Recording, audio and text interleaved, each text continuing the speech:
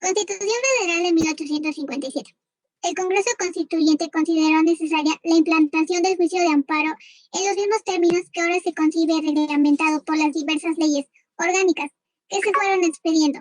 Se suprime el sistema de control constitucional por órgano político que contenía el Acta de Reforma de 1847, a proposición de Ponciano Arriaga, para que solo el Poder Judicial Federal proporcionara la protección de la ley fundamental en los casos concretos en que se denunciara por cualquier particular la violación a sus mandamientos y mediante la interposición de un verdadero juicio en el que las resoluciones no tuvieron efectos declarativos generales, sino aplicando la llamada fórmula Otero.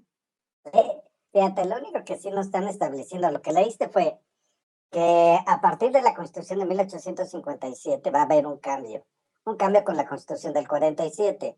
Y uno de esos cambios era precisamente que el factor de control constitucional, o sea, quién podía determinar que el acto de autoridad era o no constitucional, se establece que ya no va a ser el control político. ¿Te acuerdas que hablaban técnicamente de lo que vendría a ser el Supremo Poder Conservador? Dicen, no, ya no, ese ya no. Aquí quien tiene que hacerlo es la Corte. ¿Ok? Entonces, quien va a determinar eso es la Suprema Corte. Ahora, ¿qué es lo que implica? A petición de Ponciano Arriaga, ¿sí? Dicen, habrá que incluir la llamada fórmula Otero. ¿Qué es la fórmula Otero? La fórmula Otero también se denomina principio de relatividad de la sentencia de amparo. ¿Esto qué entraña? Es algo muy simple, que única y exclusivamente la sentencia de amparo va a proteger al quejoso, únicamente al quejoso. No va a tener efectos generales. Vamos a suponer que en un acto de autoridad se agraviara a 3 personas y de esas 3 personas solamente una promoviera el amparo. El efecto de la fórmula Otero o principio de relatividad de la sentencia de amparo es que únicamente se puede amparar al quejoso. La afectación a las otras 2 personas es al quejoso. ¿Ok? Ese es el principio de relatividad de la sentencia de amparo o llamada fórmula Otero. ¿Ok? Cuando se habla de los tribunales de la Federación resolverán toda controversia, en esta parte, si tú te percatas, te está dando la competencia. ¿Ok? Y te está estableciendo la jurisdicción. Entonces, ¿quiénes son competentes y tienen jurisdicción para resolver este tipo de controversias? Los tribunales de la Federación. Son 2 elementos. Uno de ellos es la competencia. ¿Sí? ¿Quiénes van a ser competentes? Ellos. Ahora, cuando entramos a las fracciones, si tú te percatas, la primera te habla de las garantías individuales, los derechos humanos que reconocemos, y nos lo establece como una garantía del Estado. ¿De qué? De salvaguardar el derecho individual. Cuando se habla de leyes o actos de la autoridad federal que vulneren la soberanía del Estado, es que ahí vas a encontrar una controversia constitucional. Tu federación puedes venir a mi estado y pretender tomar el control, no, porque hay soberanía de cada estado. Entonces tú no la puedes vulnerar de manera arbitraria. Tiene que haber una situación de correspondencia, más bien de correspondencia, de coordinación entre el Poder Judicial o el Poder Federal con el Poder Estatal. ¿Por qué? Porque existe la soberanía, aparentemente. Y el último te dice a la inversa, dice que ninguna autoridad podrá invadir la esfera de competencia de las autoridades federales. ¿Esto qué quiere decir? Solamente por decir algo, como ejemplo, el Poder Judicial Federal tiene la facultad para acuñar moneda, ¿sí? A través de su Banco Central. Mas, sin embargo, ningún estado, ninguno, puede acuñar moneda. ¿Entendido? En la época de la Revolución y todo eso, hubo estados que acuñaron sus propias monedas. ¿Ok? Y en este caso, uno de los factores es, no puedes invadir eso porque es parte de las funciones del poder federal. ¿Entendido? Y ahí tendríamos una acción de inconstitucionalidad. ¿De hecho? Nosotros no vamos a atender estas 2 fracciones. ¿Ok? Únicamente nos vamos a centrar en lo que va a ser la réplica de este artículo. Estamos hablando de 1857 y este era el texto. ¿Ok? Más adelante vamos a ver que va a variar. las esferas competenciales, todo lo que corresponda al Poder Judicial Federal. Situaciones hacendarias, situaciones de moneda, factores de Banco Central, las situaciones del control de representación nacional, todo lo que le pertenece al Poder Federal. ¿Ok? Todas las opciones, eso lo debieron haber visto en administrativo y en constitucional. Entonces, ahí tienen ustedes cómo se estructura el gobierno federal. El gobierno federal, obviamente, vas a tener secretarías, vas a tener propiamente direcciones, vas a tener delegaciones, en fin, ¿qué es lo que entraña? Ah, bueno, todo eso le pertenece al Poder Federal, ¿sí? Y eso es donde ustedes, pues, evidentemente, van a encontrar una Fiscalía General de la República, ¿sí? Que tiene una función y pertenece al Ejecutivo, ¿ok? Vas a encontrar una Secretaría de Hacienda, vas a encontrar un Banco de México, vas a encontrar muchos factores que son federales, no son del Estado, no son de los estados. O sea, los estados tienen sus propias secretarías de finanzas, en fin, tienen sus propias organizaciones estructurales. ¿Yo? Bueno, reformas de la Constitución Política de los Estados Unidos Mexicanos de 1857, generadas en 1917 y vigentes. Artículo 103 constitucional. Constitución Política de los Estados Unidos Mexicanos de 1917. El artículo 103 de esta Constitución prevé la competencia de los tribunales federales para conocer del juicio de amparo, que originalmente fue idéntico al texto del artículo 1 de la Constitución Federal de 1857. Sin embargo, mediante decreto publicado en el Diario Oficial del 6 de junio del 2011 se reformó dicho precepto para quedar como sigue. Artículo 103. Los tribunales de la Federación resolverán toda controversia que surja. Fracción 1. Por leyes o actos de autoridad que violen las garantías individuales. Fracción 2. Por leyes o actos de autoridad federal que vulneren o restrinjan la soberanía de los estados o la esfera de la competencia del Distrito Federal. Y fracción 3.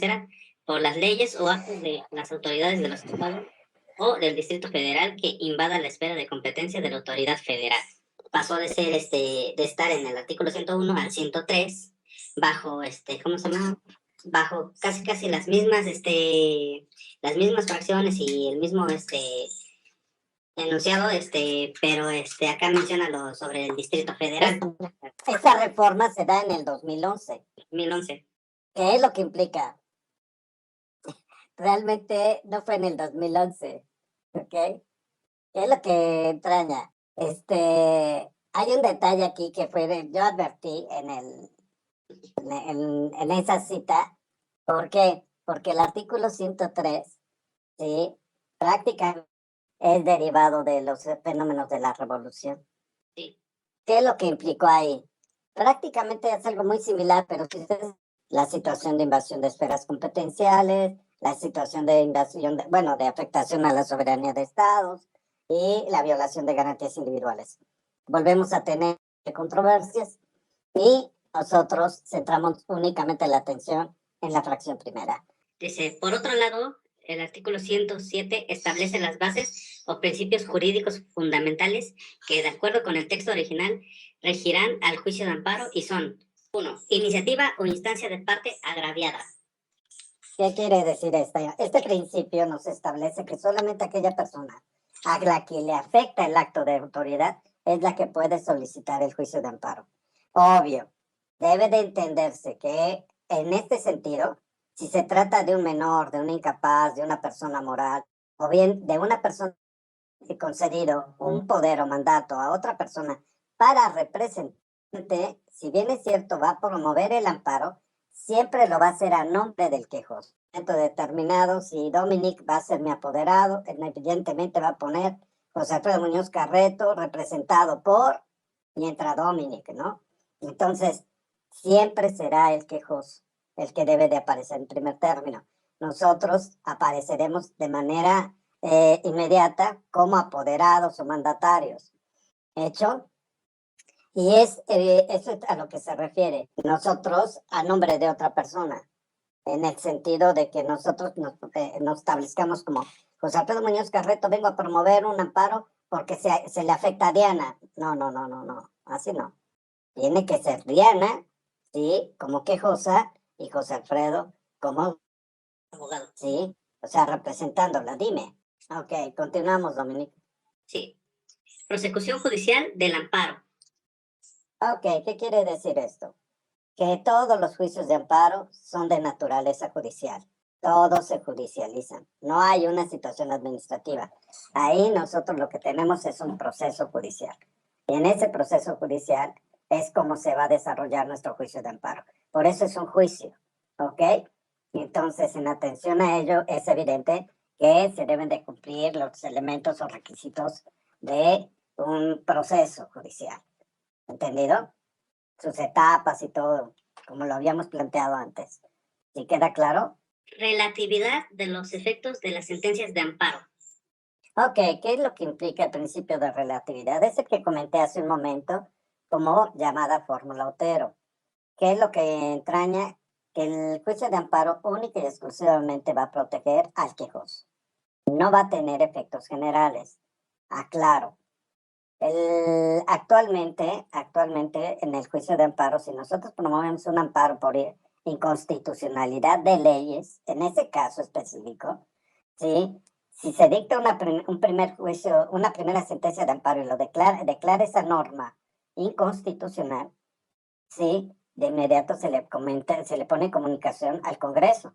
Viene un segundo amparo, ¿sí? Y si el Congreso no ha hecho la abrogación o derogación de la norma y la Corte vuelve a determinar la inconstitucionalidad del amparo, le vuelve a avisar al Congreso para efecto de que ellos revoquen, o más bien abroguen o deroguen la norma. Vamos a suponer que fueran muy, o sea, que en un momento determinado no hicieran caso los del Congreso y viniera un tercer amparo en donde evidentemente se vuelve a declarar la inconstitucionalidad de la norma, entonces va a emerger ya la declaratoria de inconstitucionalidad de la norma.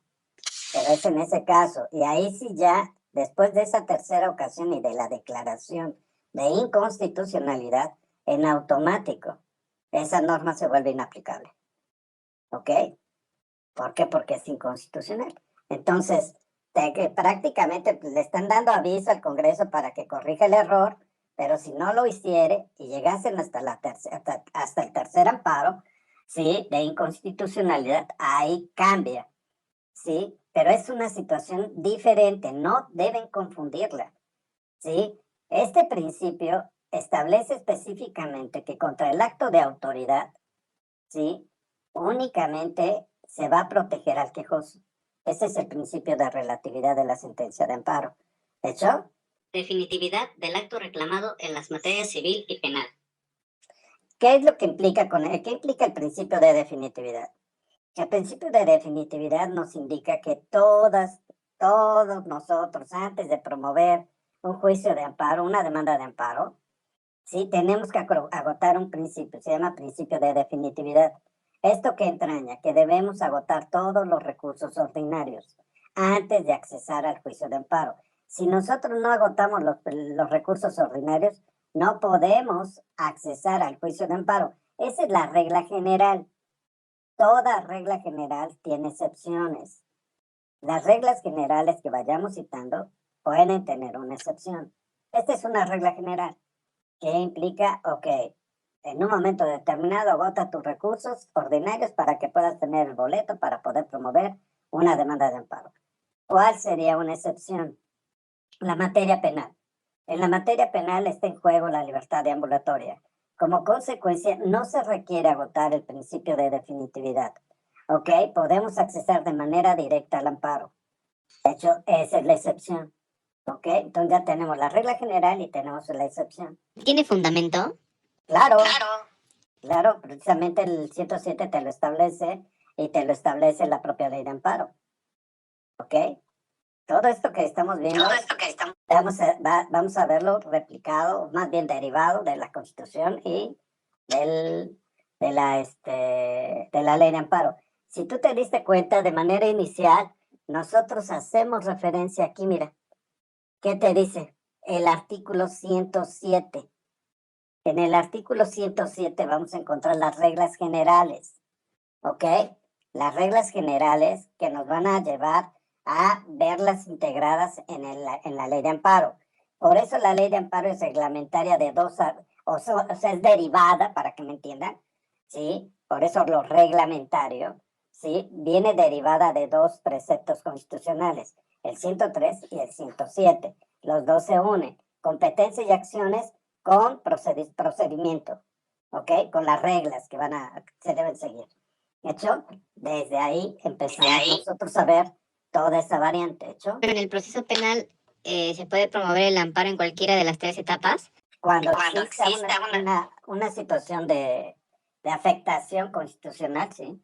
Acuérdate de algo muy importante, y eso sí debe de quedar muy bien claro, ¿sí? ¿Por qué? Porque en cierto momento dentro de un proceso, por ejemplo, te dictan un auto de sujeción a proceso y dices, espérame, pero ¿por qué tengo que estar sujeto a proceso? A lo mejor ahí, en un momento determinado, puedes promover todavía un amparo, ¿sí? Pero ya cuando entras al periodo de juicio y dices, espérame, pero aquí en el juicio se violó mi derecho de defensa y quiero interponer un amparo porque me desechaste pruebas, ya no, porque no ha cambiado la situación jurídica, ¿ok? Y no sabes si ese desechamiento de pruebas sea trascendente o no en el dictado de la sentencia. Y entonces te tienes que ir hasta el momento en que la situación jurídica cambie. Y tu situación jurídica cambia propiamente hasta el momento en que se dicta la sentencia, ¿ok?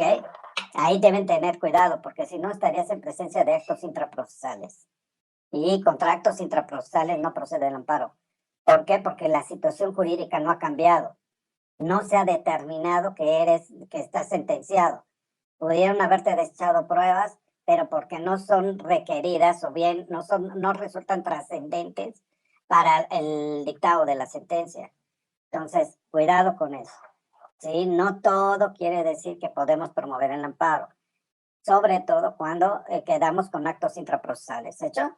Con respecto a que si este mismo proceso aplica en todas las materias, es decir, en materia civil. Bueno, porque yo tengo entendido que en materia administrativa y en agraria, pues el proceso de amparo cambia. Mira, ¿qué es lo no, el proceso no cambia. Cambian los factores que van a incidir. Por ejemplo, en materia administrativa, ¿qué es lo que ocurre? Por ejemplo, en materia administrativa, si la suspensión del acto implica una situación que requiera mayores elementos que en materia de amparo, promueves el amparo. Esa es otra excepción. Pero cuando se da ese factor, ¿sí? Para el factor de suspensión del acto.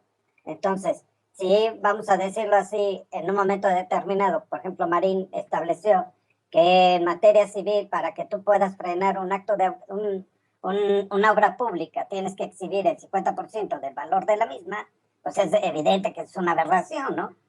¿Quién demonios va a tener los millones de pesos que o tiene presupuestados para esa obra, ¿no? Entonces tiene mayores requerimientos. ¿Qué es lo que implica? Ok, accesas al juicio de amparo. ¿Por qué? Porque sus requerimientos para la suspensión son menores. Ante esa circunstancia procede el juicio de amparo. Ahora, ¿qué es lo que pasa en materia agraria? En materia agraria solamente en dos elementos. Cuando se trate de ejidados y cuando se trate de la comuna. ¿Por qué? Porque en automático aplica propiamente la protección máxima de lo que viene a ser el juicio de amparo. ¿En qué sentido? En que prácticamente tú te vas a enfrentar al juez de distrito, no te vas a enfrentar a la contraparte. Sí, al quejoso propiamente no, pues el abogado del ejido o de la comuna, pues digo, puede ser que no le funcione muy bien el Arturito y pues, con que haga un amparito ahí más o menos silvestre, pues, sin problema. ¿Por qué? Porque la ley establece que quien debe de suplir en materia agraria de esa naturaleza, entonces, ¿quién es el que va a suplir tus agravios? El juez federal. ¿Quién va a ofrecer las pruebas que no persistes? El juez federal. ¿Contra quién te vas a enfrentar? Contra el juez federal. Está fácil, ¿no? Dense cuenta, van a ser variantes. La estructura es la misma. La estructura va a ser exactamente la misma. Una demanda de amparo, una audiencia constitucional y una sentencia. Es lo mismo. Una audiencia constitucional en la cual se va a ver un principio, el principio de concentración. ¿Qué implica ese principio de concentración? Que en él vas a tener propiamente el desahogo de las pruebas, la formulación de alegatos y el dictado de sentencia. Pero es exactamente igual. Y tú lo vas a ver en el civil, lo vas a ver en el familiar, lo vas a ver en el administrativo, en el fiscal. En todos es igual. La estructura siempre va a ser la misma. No varía, porque es una estructura procesal.